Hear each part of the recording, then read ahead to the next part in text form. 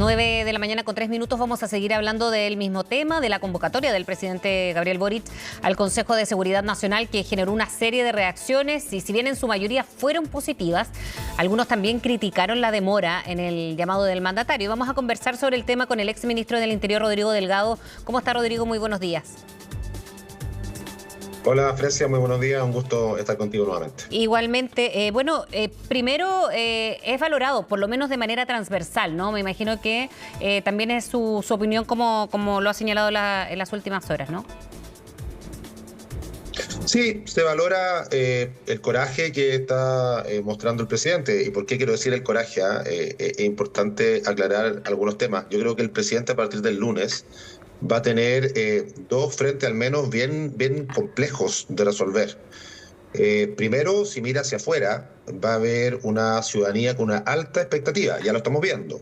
O sea, hay mucha expectativa con respecto a lo que pueda pasar en este COSENA, que es una instancia consultiva. Yo creo que ahí hay una expectativa en medida que además está relacionada con la trayectoria ideológica del presidente, su gabinete, desde el gobierno. Fundamentalmente hay que recordar que la primera medida de este gobierno cuando asume, el primer día es retirar las querellas por ley de seguridad del Estado contra personas que hayan cometido delitos graves. Y después, otra segunda medida importantísima en su recorrido ideológico es los indultos. Por lo tanto, estamos hablando de que aquí esta medida del COSENA va a contrapelo, obviamente, de lo que es la ideología del gobierno. Por lo tanto, va a tener, mirando hacia afuera, una expectativa ciudadana que quiere que se resuelva el tema de seguridad, pero cuando mira hacia adentro, va a tener una coalición gobernante que ya lo hemos visto, ayer el PC, la CUT, ni hablar, con muchas críticas justamente a esta instancia. Por lo tanto, va a tener que manejar ese timón y por eso creo que tiene a partir del lunes grande desafío el presidente en esta materia. Sí, ahora los diputados comunistas evidentemente ayer hacían una crítica, pero luego desde la dirigencia del partido trataron de alinear también una postura y en apoyo del Ejecutivo, lo que también va mostrando que hay un respaldo, por lo menos que se muestre una señal. ¿Cree usted, Rodrigo, que este cambio de postura, como señalan algunos, fue precisamente por los problemas que podía traer al interior de la coalición de gobierno y por eso se tardó también en tomar la decisión? O sea, por supuesto, cuando uno hace un análisis, yo te decía, respecto al retiro de las querellas, los indultos y tantas otras cosas, tantas señales que dio el gobierno estos primeros 2 años, pero ahora, yo prefiero una señal como la del presidente, ¿cierto?, de llamar al COSENA, que liberar delincuentes, por supuesto, ¿cierto? Una muy buena señal, pero el tema está en manejar la expectativa. El COSENA no va a resolver nada el lunes, salvo que obviamente van a recomendarle al presidente actuar en alguna línea. Y yo creo que hay una alta probabilidad en la opinión pública que el lunes, después del COSENA, cuando salga alguien ahí al patio de los Naranjos, los Cañones, a dar un punto de prensa, es muy probable que la ciudadanía encuentre que no pasó mucho, digamos, porque pareciera ser que el COSENA es la bala de plata, es lo que resuelve todo, y sabemos que no es así. El COSENA es el comienzo de algo, no es el fin de algo. Entonces, ahora, ¿qué va a quedar en el acta de ese COSENA? Pero que esa acta sea pública, por supuesto. ¿Qué va a quedar ahí? ¿Qué se va a resolver? ¿Qué va a determinar el presidente? Y yo creo que a no ser que, estoy haciendo ficción, Frecia, a no ser que, por ejemplo, el día lunes el presidente diga, ¿sabes qué? Vamos a decretar estado de excepción a partir de pasado mañana o a partir de la próxima semana, por 3 meses, mientras el Congreso saca el paquete de medidas que son necesarias, sobre todo infraestructura crítica, salvo que ocurra algo así, creo que la ciudadanía va a encontrar que lo del COSENA no tiene mucha relevancia. Se ponen muchas fichas en esto, pero sabemos que es una instancia consultiva. Además, Frecia, el presidente de la República hoy día está a un telefonazo de cualquiera de las autoridades que va a estar Sí, el lunes claro. sentada con él. O sea, no es que sean personas ajenas, ni que sean personas que vengan de otro planeta a resolver nuestros problemas, sino que son personas que están en el día a día, que están al servicio del Estado y por supuesto muchos de ellos responden también al teléfono del presidente. Entonces, es un poco lo que señaló hace algunas semanas la ministra Vallejo, ¿no? Que decía, cuando daba la explicación de por qué no se tomaba la medida de convocar al COSENA, porque era para hacer un diagnóstico, pedir opiniones, lo que ya estaba hecho. Ahora lo importante era que sobre ese diagnóstico tomar decisiones.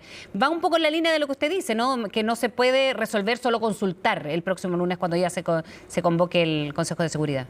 O sea, Yo haría un matiz. Yo creo que las declaraciones de la ministra Vallejo tienen un componente mucho más ideológico que va a contrapelo históricamente de lo que pueda significar el COSENA. Yo valoro el COSENA, pero lo que valoro aún más es lo que ocurre a partir del COSENA. Y esa es la gran duda, digamos. ¿Qué va a ocurrir a partir de la recomendación? ¿Qué va a hacer el presidente a partir de lo que ahí se discuta? Entiendo que el foco va a ser la infraestructura crítica. La infraestructura crítica cuida, o el proyecto de ley original es para cuidar infraestructura. Nosotros necesitamos que se cuide infraestructura y a la gente, además, ¿cierto? Lo que más nos preocupa, por supuesto, son las personas. Por lo tanto, hay que hacer una mixtura. No sacamos nada con tener militares cuidando un edificio si es que lo que está ocurriendo es que están asaltando a la gente que transita por ahí. Entonces, hay que hacer una coordinación, hay que sacar rápidamente la ley de infraestructura crítica. Nosotros nos tocó impulsarla con la oposición de quien hoy día gobierna, eso ya está dicho, no vamos a entrar en esa materia, pero aquí lo más importante es sacarlo rápido. Ahora, llama la atención también, Frecia, el timing del llamado de este COSENA. ¿Por qué esperar justo el primer día del receso legislativo para hacerlo? O sea, el presidente lo pudo haber hecho hace meses, ¿cierto? Ya no hablemos de años, pero meses. Ahora, ¿Por qué esperar? Porque al sí. final se genera una discusión en donde se pone contra la espada de la pared a los parlamentarios. No estoy defendiendo a los parlamentarios, pero al final del día es como que, oye, dejen de estar de vacaciones, la gente lo trata mal por redes sociales, cuando es un receso que efectivamente sabemos que aunque se trabaje intensamente Ahora había algunas voluntad. semanas.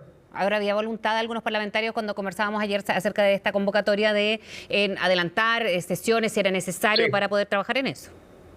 Sí, pero igual es un mal timing. O sea, el COSENA De, enfocado mm, en un trámite legislativo justo el día que comienza el receso, o sea, es un mal timing por donde se mire, más allá de la voluntad de algunos mm. o de otros, digamos, respecto a suspender ese receso, las vacaciones de ellos, digamos. O sea, igual es un timing raro, digamos, ¿no? Eso a mí me llama la atención desde el punto de vista de la oportunidad de hacerlo. Rodrigo, a todo esto, el estado de excepción que se está pidiendo de algunos sectores, ¿usted está de acuerdo con eso, por ejemplo, aquí en la región metropolitana? Yo lo planteé hace un año y medio en una entrevista, dije que era tremendamente necesario, hay que sacudirse de la ideología. Me tocó a mí implementar, y por eso hablo de la práctica más que de la teoría, me tocó implementar el estado de excepción en macrozona sur y en macrozona norte. Hay que recordar que en macrozona norte nosotros dejamos un estado de excepción instalado en las provincias fronterizas, que este gobierno no renovó. Y la coordinación entre las policías y la Fuerza Armada es tremendamente positivo para poder justamente dar señales, para prevenir, para efectuar operativos específicos. Las Fuerzas Armadas no reemplazan a las policías y en ese contexto creo que en la región metropolitana sería perfectamente posible hacerlo, obviamente dejando bien establecido cuáles son los límites. Mm. Ahora, un proyecto de infraestructura crítica es una especie de mixtura que a mí también me hace sentido siempre y cuando salga del Congreso como debe salir, de manera funcional, para que efectivamente no se cuiden solamente infraestructuras, sino que también a las personas. Y esa relación entre las Fuerzas Armadas y las policías ya se ha visto que puede ser efectiva. En Macrozona Sur han bajado, obviamente, los delitos violentos. La Ahora, zona urbana es distinta. sí. Sí, disculpa. Sí, lo que pasa es que ayer el general Martínez estuvo aquí en entrevista con CNN y, bueno, se refería, por ejemplo, a varios temas, ¿no? Pero el estado de excepción, por ejemplo, de los riesgos que esto podría generar,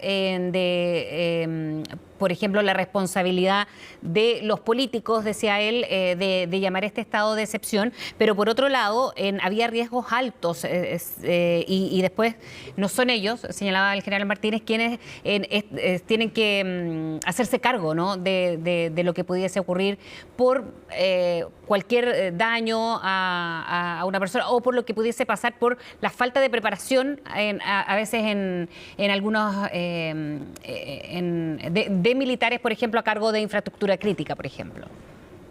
Bueno, le diría que revise la estadística en Macrozona Sur, cuánto tiempo llevamos, cuántas renovaciones de estado de excepción, y la verdad es que, por lo menos mientras yo estuve ministro de Interior, hubo un incidente que fue repelido por los militares en general. Los militares no han disparado, no han ejecutado órdenes de ese tipo contra la ciudadanía. Son las policías las que hacen todo el tipo de control.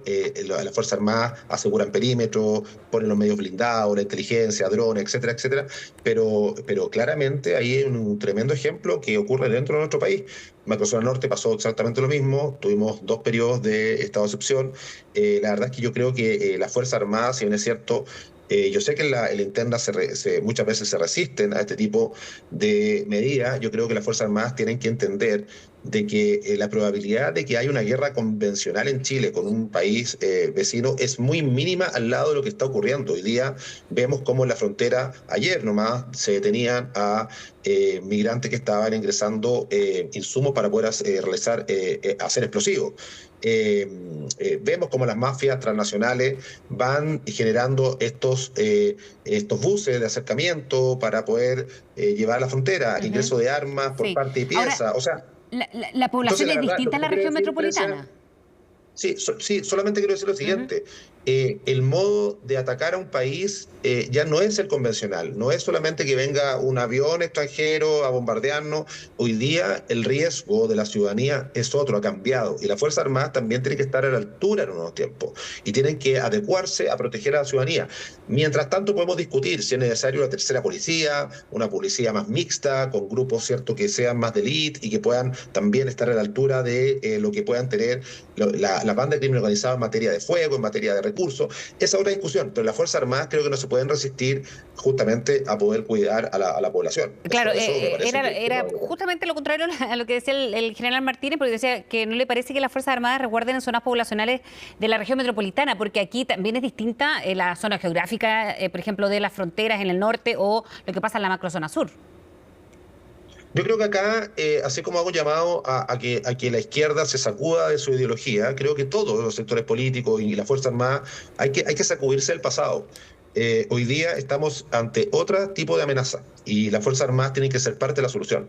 Y en ese contexto, y lo digo porque la gravedad de lo que está ocurriendo, aquí se habla tangencialmente del crimen organizado, Frecia, pero se conoce muy poco del crimen organizado que está operando en Chile. Tenemos pocos datos.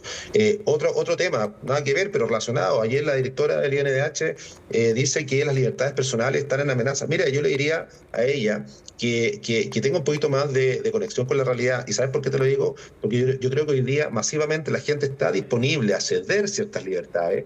No estoy hablando ni de toques de queda, ni de centro de tortura. Estoy hablando de ciertas libertades, como por ejemplo que ocupen mis datos personales para poder generar a partir de eso políticas públicas que me protejan. Hoy día en Chile la legislación no permite utilizar los datos personales para generar políticas públicas en materia de seguridad, Frecia, pero sin Mm. embargo nos llaman a todos 5 o 6 veces al día desde las empresas telefónicas para que los cambiemos de celular. O sea, hay una hipocresía del uso de los datos personales y yo creo que llegó la hora de sincerar estos temas. Mm. Y eso es muy relevante que el mismo COSENA se pueda debatir, porque si el COSENA va a decir, mira, vamos a aumentar en 50 policías acá, 30 ya, vamos a tenerlo de 10 de la mañana a 10 de la noche, eso no es lo que la gente está esperando. Yo creo que los grandes debates en materia de seguridad tienen que ver con uso de datos personales, con ciertas libertades que se puedan efectivamente ceder, el uso también de la Fuerza Armada. Yo creo que son debates Ujú. que la gente está esperando para poder sentirse más segura. Bien, Rodrigo Delgado, muchísimas gracias por hablar con nosotros esta mañana. Que tenga buen día. No, gracias a ti, Frecia. Nos vemos.